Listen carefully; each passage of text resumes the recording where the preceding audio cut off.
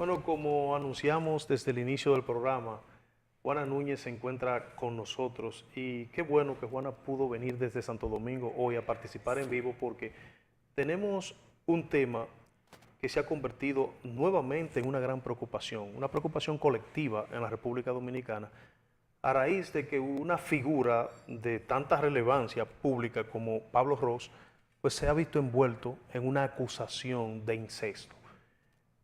A partir de ahí, pues hay varias mujeres que se han entonces empantalonado, se han animado a expresar su caso también. Han sentido fuerza. Sí, porque también pudieron haber pasado por la misma situación. Otras pasaron y se han atrevido a testimoniarlo también, como es el caso de la joven presentadora de televisión, Kiara, que ayer hablábamos de eso, Kiara Romero, que dice que su padrastro abusó de ella sexualmente cuando tenía de 9 a 10 años.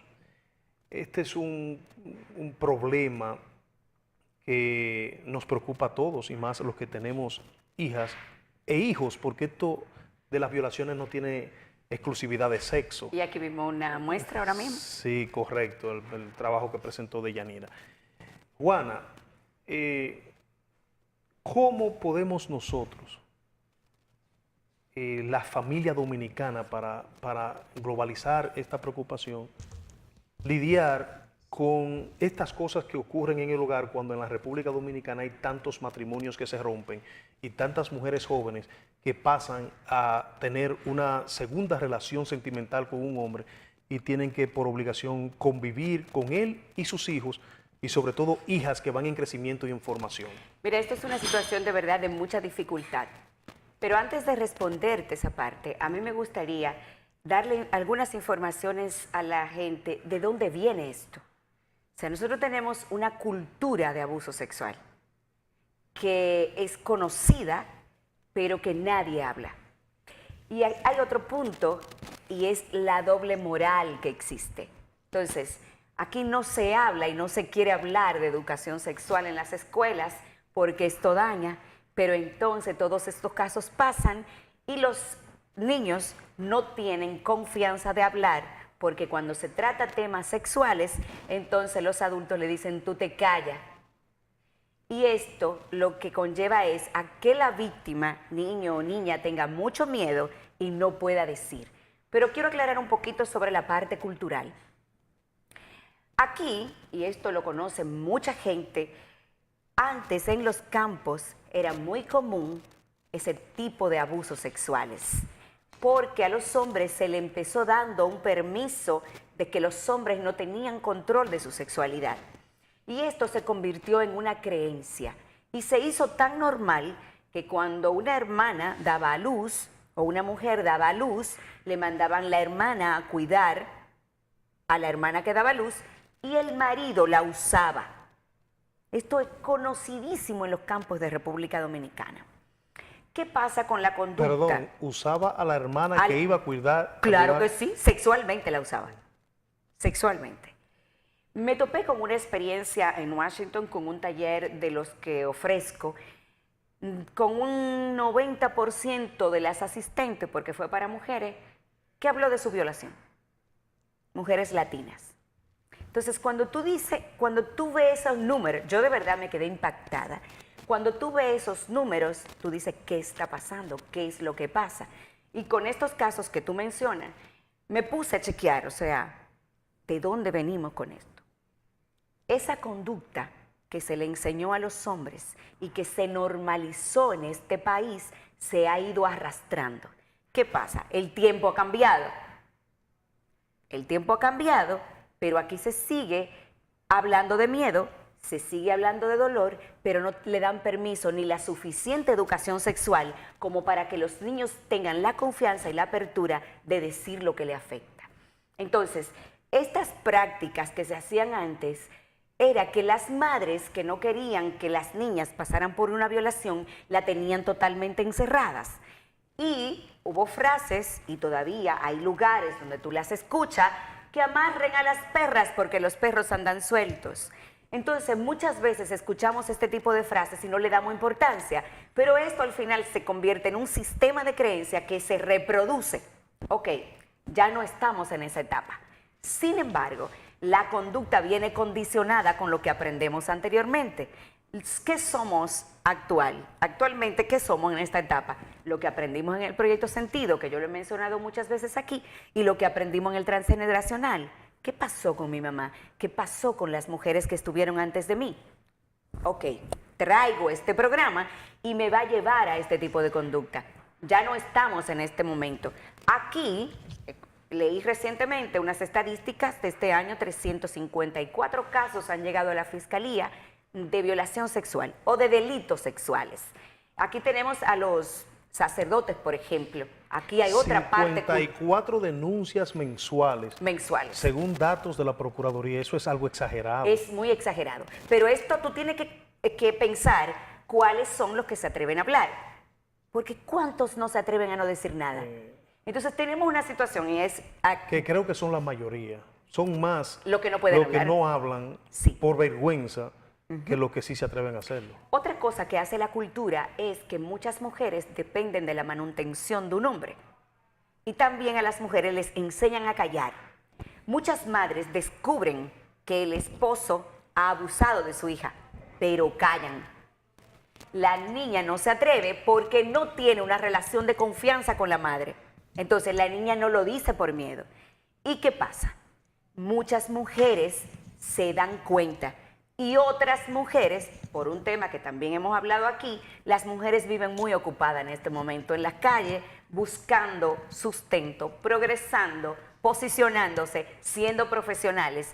Y estas niñas y estos niños difícilmente tienen una persona que está pendiente de detalles. Y hay un punto desfavorable, Juana, pienso yo, y es que muchas veces las mujeres trabajan en centros de trabajo donde su horario es más comprometido que el hombre. Claro. El hombre, al tener un horario más flexible, pues puede estar más tiempo en la casa. Por ende, comparte más con la niña o el niño que no es su hijo, porque es una segunda relación de una mujer que ya tuvo sus hijos. Y pasa también con padres con sus mismos hijos. Porque aquí estamos hablando de una segunda relación que hay que tener mucho cuidado. Pero además, hay violaciones de los propios padres. Aquí no es ni siquiera el miedo de que me estoy casando con alguien más que no es padre de mis hijos. Es que el propio papá lo hace. Y muchas veces las madres también lo saben y no se atreven a hablar. Porque si esta mujer viene de una familia donde no se hablaba de sexo, donde denunciar no estaba permitido, esta mujer se maneja con muchísimo miedo. Y desde aquí es donde se ha educado a las mujeres. Eso es lo que hemos aprendido las mujeres, a callar. Se supone que una niña, un niño o adolescentes que están siendo abusados sexualmente en su casa y que el agresor está conviviendo con ellos, se supone que tiene que haber algún tipo de conducta que la madre tiene que, tiene que haber un reflejo de la madre para darse cuenta que algo está pasando con la pareja que está conviviendo con ella en la casa y con la cual están compartiendo. Sí. Claro que sí, que hay datos y son datos muy visibles. Lo que pasa es que si tú no tienes tiempo para estar con tus hijos, ¿cuándo te vas a dar cuenta de lo que está pasando?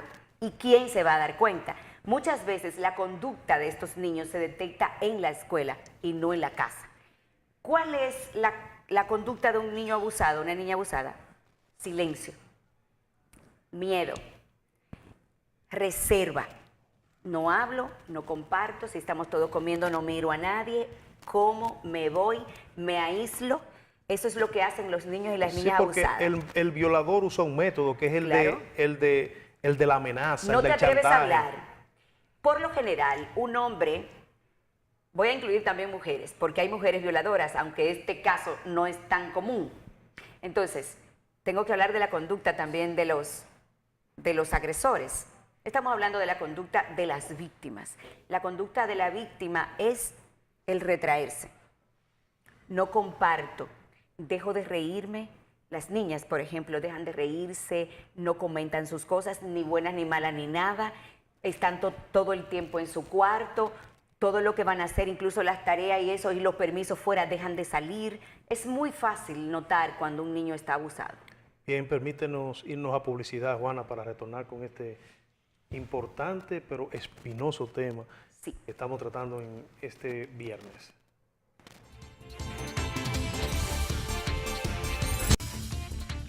Vamos, antes de irnos a publicidad, de la conducta de la víctima De las víctimas. o de las víctimas, Sí.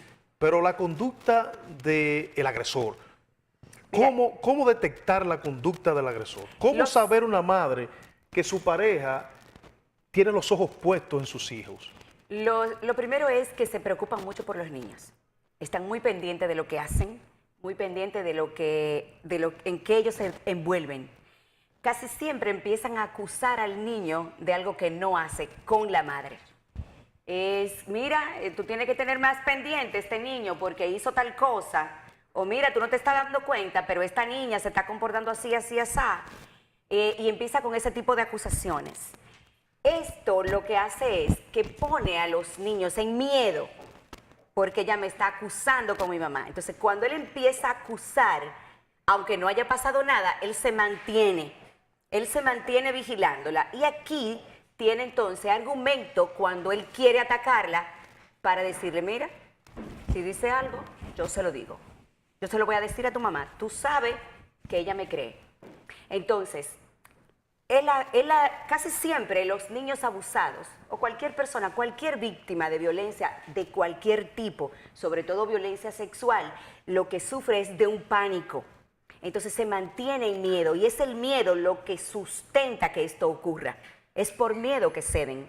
Pero casi siempre, y es algo que yo no quiero dejar pasar por alto, es que como viene este agresor de una conducta de atrás, papá, mamá, familia, de un transgeneracional de ese tipo de conducta, también vienen los niños de personas, de madres con mucho miedo, que se quedan a pesar de cualquier cosa, que no tienen cómo defenderse, que no le dan participación a los hijos para que puedan hablar, y aquí es donde se da entonces el ambiente adecuado para que este tipo de abuso ocurra.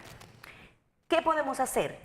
Yo no sé si nos queda tiempo. ¿Ya? ¿Qué podemos hacer? 30 segundos. Estar alerta las madres.